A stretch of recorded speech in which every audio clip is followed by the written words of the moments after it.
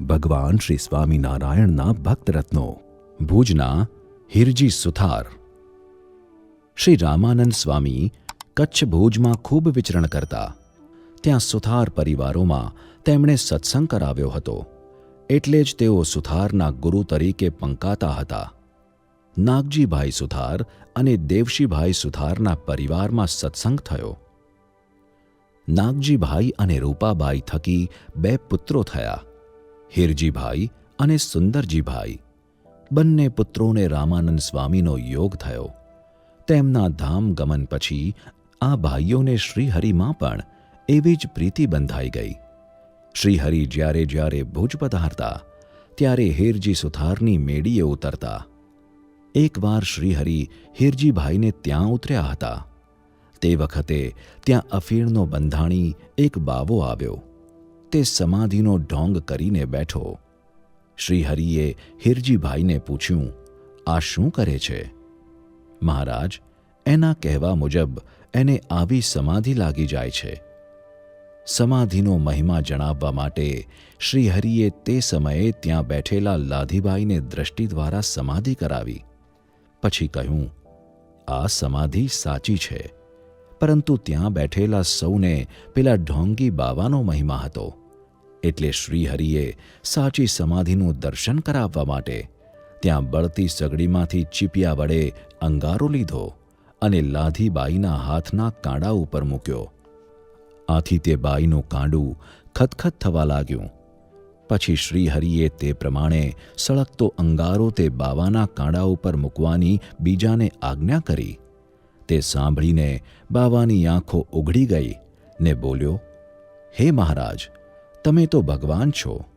એમ કહી શ્રીહરિને પગે લાગીને તે ત્યાંથી જતો રહ્યો.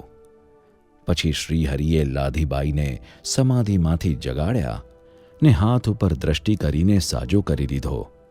પછી શ્રીહરિએ કહ્યું, ઓલ્યો બ્રહ્મચારી તો ઢોંગી હતો. એમ કહી શ્રીહરિએ સાચા ખોટાનો ભેદ સૌને સમજાવ્યો. હિરજીભાઈના મોટા દીકરા રણછોડભાઈને ક્ષયરોગ લાગુ પડ્યો હતો. તેમની સ્થિતિ ગંભીર બની ત્યારે હિરજીભાઈએ શ્રીહરિને વિનંતી કરી કે આપ ઘરમાં અંદર પધારી તેને દર્શન આપો. શ્રીહરિ ઓરડામાં પધાર્યા. રણછોડભાઈને માથે હાથ ફેરવ્યો અને કહ્યું, ભગવાનનું ભજન કરવું અને હિંમત રાખવી. પણ હિરજીભાઈના મુખ ઉપરનું દુઃખ શ્રીહરિ કળી ગયા ને દયા કરીને કહ્યું, હિરજીભાઈ, રણછોડની ખરેખર તો આવરદા પૂરી થઈ છે, પણ અમે તે વધારી દઈએ છીએ. માંદગીમાંથી હવે તે બેઠો થશે, પણ એને વધારે ભજન કરવા કહેજો. આ સાંભળી બાપ દીકરો બંને ગળગળા થઈ ગયા. આમ શ્રીહરિએ હિરજીભાઈને અદ્ભુત પરચો આપ્યો. શ્રીહરિએ ભાદરાથી પત્ર લખી 18 જણને પરમહંસની દીક્ષા લઈ ભુજ તેડાવ્યા હતા. તે આવ્યા ત્યારે શ્રીહરિએ તેમને સામે જઈ દંડવત કર્યા અને સૌને ભેટ્યા. એમ ખૂબ રાજીપો દર્શાવ્યો. પછી ઉતારે આવી હિરજીભાઈને કહ્યું, હિરજીભાઈ, આજે તો કંસારના આંધણ મુકાવો. આજે આ નવા પરમહંસોને અને બધાને ધારે ધારે ઘી સાથે કંસાર પીરસવો છે. આજના જેવો બીજો કયો શુભ દિવસ ગણાય? શ્રીહરિની આજ્ઞા પ્રમાણે હિરજીભાઈએ રસોઈ તૈયાર કરાવી. શ્રીહરિ પોતે જમવા બિરાજ્યા. કંસાર જમ્યા અને પછી નવા પરમહંસોને તથા સૌ સંતો હરિભક્તોને પોતે જાતે કંસાર અને ઘી પીરસ્યા. જમ્યા પછી શ્રીહરિએ સભા કરી. શ્રીહરિને સૌને આજે આ નવા પરમહંસોનો મહિમા સમજાવવો હતો. હિરજીભાઈ સુંદરજીભાઈને ઘણીવાર કહેતા કે જેને ખાવા ન મળે, રહેવા ઘર ન હોય, તેવા સાધુ થાય. આપણને શાની કમી ના છે? માટે મહારાજ કદાચ સાધુ થવા કહે તો પણ સાધુ તો ન જ થવું. શ્રીહરિએ આ જાણ્યું હતું.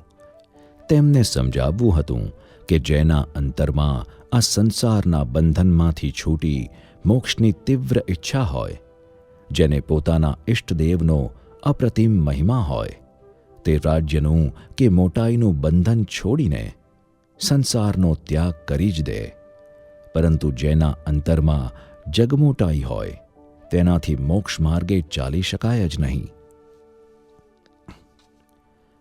એક વખત શ્રીહરિ માનકુવેથી ભુજ આવ્યા ને પાદરમાંથી જ બારોબાર બીજે ગામ જવાનો વિચાર કરતા હતા. માનકુવાના અદાભાઈ સાથે હતા. તેમણે તત્કાળ ગામમાં હિરજીભાઈને સમાચાર મોકલ્યા. તે સાંભળીને ગંગારામ સુંદરજીને લઈ હિરજીભાઈ આવ્યા ને શ્રીહરિને પગે લાગીને કહેવા લાગ્યા, હે મહારાજ, ગામમાં પધારો. શ્રીહરિ કહે, અમે ગામમાં નહીં આવીએ. તે વખતે હિરજીભાઈ તથા સુંદરભાઈ શ્રીહરિના હાથ ઝાલીને પરાણે ગામમાં લઈ ચાલ્યા. તે ચોકમાં આવ્યા ત્યારે શ્રીહરિ કહે, હવે અમે તમારે ત્યાં આવશું, હાથ મૂકી દ્યો. એટલે તેમણે હાથ મૂકી દીધા ને શ્રીહરિ હિરજીભાઈને ઘેર પધાર્યા. હિરજીભાઈના ઘરનાએ થાળ કર્યો. તે શ્રીહરિ જમ્યા ને 2 દિવસ ત્યાં રોકાયા. આવો શ્રીહરિ પ્રત્યે હિરજીભાઈને પ્રેમ હતો. શ્રીહરિ ભુજમાં બિરાજતા હતા. કથા વાર્તા દરમિયાન હિરજીભાઈને સંબોધીને શ્રીહરિએ કહ્યું, ગૃહસ્થે પોતાની આવકનો 10મો ભાગ ભગવાનને અર્પણ કરવાનો શાસ્ત્રમાં કહ્યો છે. તે પ્રમાણે આપવો જ જોઈએ, નહીં તો ગૃહસ્થને પંચપાપ લાગે છે. તેનું જે નિવારણ નથી કરતો તેને તે પાપ દિવસે દિવસે 10 ગણું વધે છે. અમે તમને આ વાત જો કહી દેખાડીએ નહીં તો અમને પાપ લાગે. બધું ભગવાનનું છે, માટે ભગવાનને આપણે શું આપી શકીએ? એમ વિચારીને જે ભાગ ન કાઢે તેને કૃતજ્ઞ સમજવો. શ્રીહરિએ અંતર્યામીપણે આ વાત કરી, કારણ કે હિરજીભાઈ એવું કહેતા, મહારાજ જ્યાં સુધી ભુજમાં રહે ત્યાં સુધી સૌ માટે જળની સેવા હું કરીશ. બધું ભગવાનનું જ છે, એમને આપણે આપનારા કોણ? આ સંદર્ભને લક્ષમાં લઈ શ્રીહરિએ કહ્યું, હરિને તો કાંઈ જોઈતું નથી, પરંતુ હરિને માટે ભક્તિભાવની રીત જાણીને કાંઈક સેવા કરતો રહે છે તે જ સમજણો ગણાય. તમે મોટા હરિજન થઈને સત્સંગની રીત જાણતા નથી, માટે તમારું જળ હવે અમે નહીં લઈએ. અંત સમયે તો હરિ સાથે જ કામ પડશે. રીત જાણ્યા વિના ધામ દૂર રહેશે. સંત હરિજનો પણ તમારું જળ હવે નહીં લે. રીત પ્રમાણે ચાલશો ત્યારે ભગવાન પ્રસન્ન થશે. હિરજીભાઈને આ શબ્દો અંતરમાં લાગી ગયા. તેમણે પોતાના અજ્ઞાન અંગે શ્રીહરિની ક્ષમા માંગી અને શ્રીહરિની મરજી મુજબ સેવા કરી. સંવત 1864માં શ્રીહરિ કચ્છમાં વિચરણ કરવા નીકળ્યા. પ્રથમ માંડવી પધાર્યા. ભુજથી હિરજીભાઈ અને સુંદરજીભાઈ બંને અગાઉથી વ્યવસ્થા કરવા આવી ગયા હતા. માંડવીમાં અદ્વૈત જ્ઞાની ખૈયો રહેતો હતો. તેણે આ બંને ભાઈઓને કહ્યું, જુઓ કારભારી, સ્વામિનારાયણને તમો ભગવાન કહો છો, પણ તેમનું ભગવાનપણું અમે ઉતારી લઈશું. ભલે તેઓ આવે. અમારી પહોંચ પ્રમાણે અમે તેમની અને સંઘની સેવા કરશું, પણ તે પહેલાં તેમણે અમને તેમનું ભગવાનપણું બતાવવું જોશે. સુંદરજીભાઈ અને હિરજીભાઈ આ સાંભળી ટાઢા થઈ ગયા. તેમને થયું કે આ ખૈયો મહારાજને જરૂર હેરાન કરશે, પરંતુ શ્રીહરિએ એવો ચમત્કાર બતાવ્યો કે ખૈયો શ્રીહરિનો આશ્રિત થઈ ગયો. આ પ્રભાવથી બંને ભાઈઓને શ્રીહરિનો અપાર મહિમા સમજાયો. સંવત 1866માં ભુજનગરમાં હિરજીભાઈના સંકલ્પ પ્રમાણે શ્રીહરિએ અન્નકૂટનો ઉત્સવ કર્યો. આ ઉત્સવમાં દેશ દેશાંતરથી આવેલા હરિભક્તોને પોતાની મૂર્તિનું સુખ આપ્યું અને સૌને વાતો કરી પોતાના પુરુષોત્તમ સ્વરૂપનો સર્વોપરી નિશ્ચય કરાવ્યો. એક વખત શ્રીજી મહારાજ ભુજનગરમાં હિરજીભાઈને ઘેર રહ્યા હતા. તે ઘણાક દિવસ રહ્યા ત્યારે ગામના સારા સારા માણસો પણ હિરજીભાઈને કહેવા લાગ્યા, સ્વામિનારાયણ જુવાન છે ને તમારા બહેનો પણ જુવાન છે ને ગામમાં આવી અફવા ચાલે છે તે ઠીક નહીં. તે સાંભળીને હિરજીભાઈને મનમાં સંશય થયો ને તે વાત જાણવા માટે પોતે એક દિવસ કોઈ ન જાણે તેમ ઘરની મેડી ઉપર જઈને બેઠા ને બારીએથી બધું નીચે પોતાની ફળીમાં જોઈ રહ્યા હતા. તેવામાં સવારે 10 વાગ્યાને સમયે હીરજીભાઈના બહેને આવીને શ્રીહરિને કહ્યું, ચાલો જમવા, થાળ તૈયાર થઈ ગયો છે. શ્રીહરિએ કહ્યું, પાણી લાવો, સ્નાન કરીએ.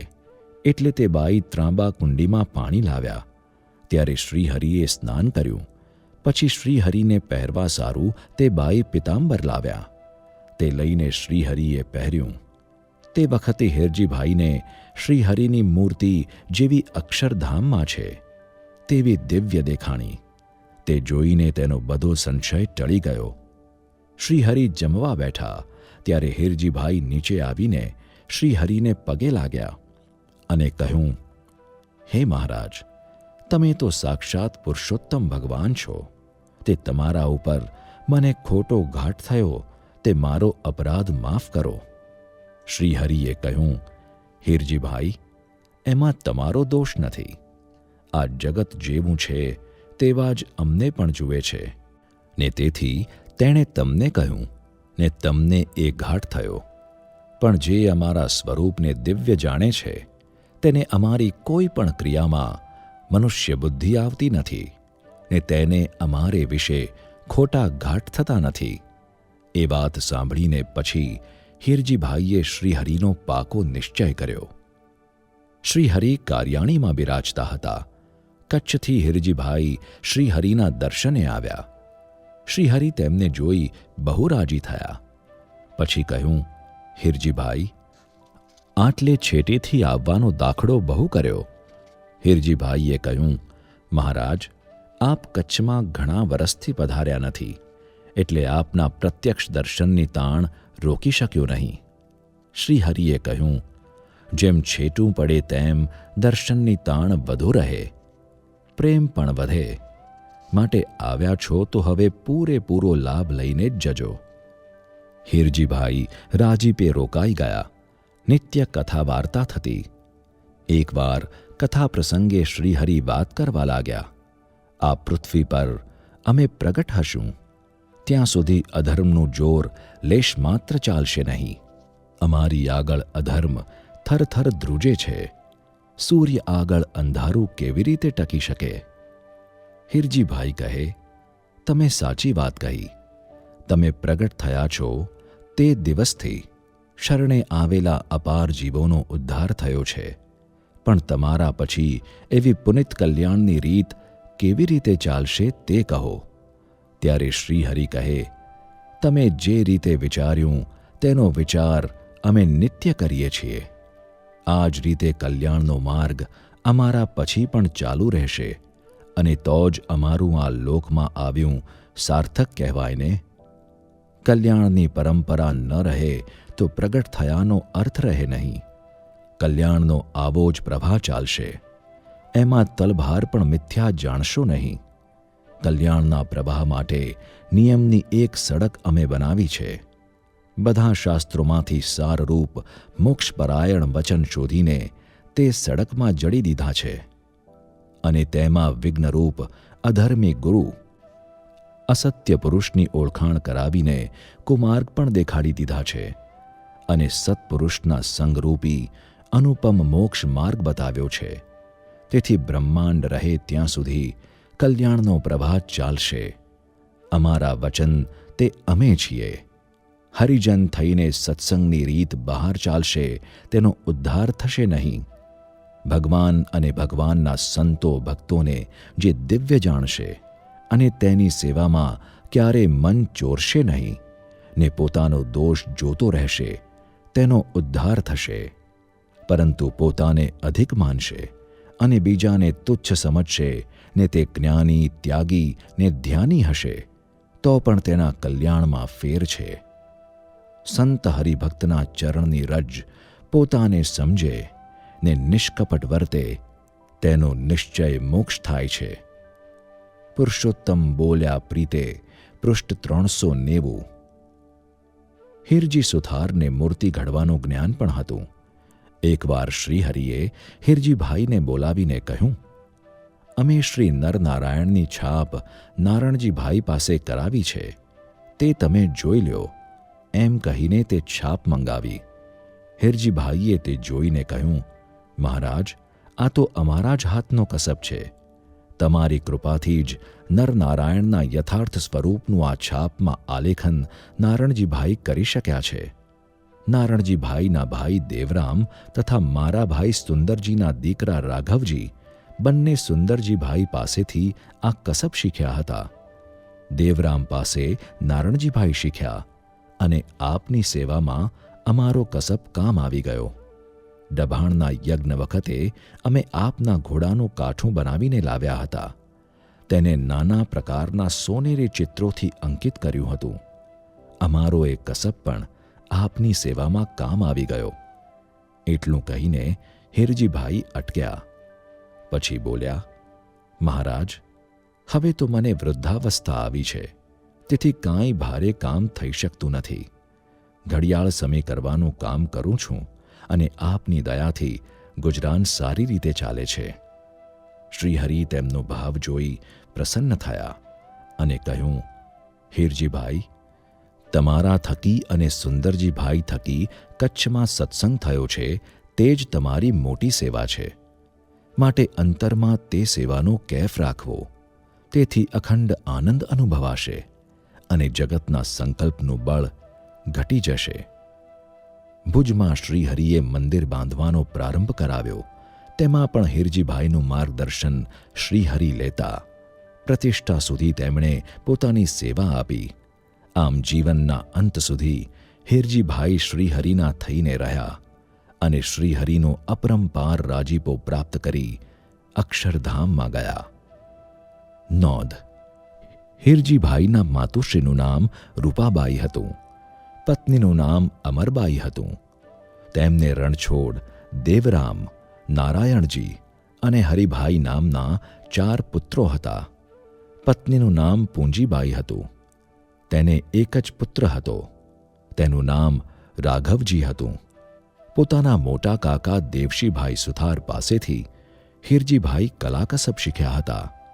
એ જમાનામાં હિરજીભાઈ ઘડિયાળના અચ્છા કારીગર ગણાતા.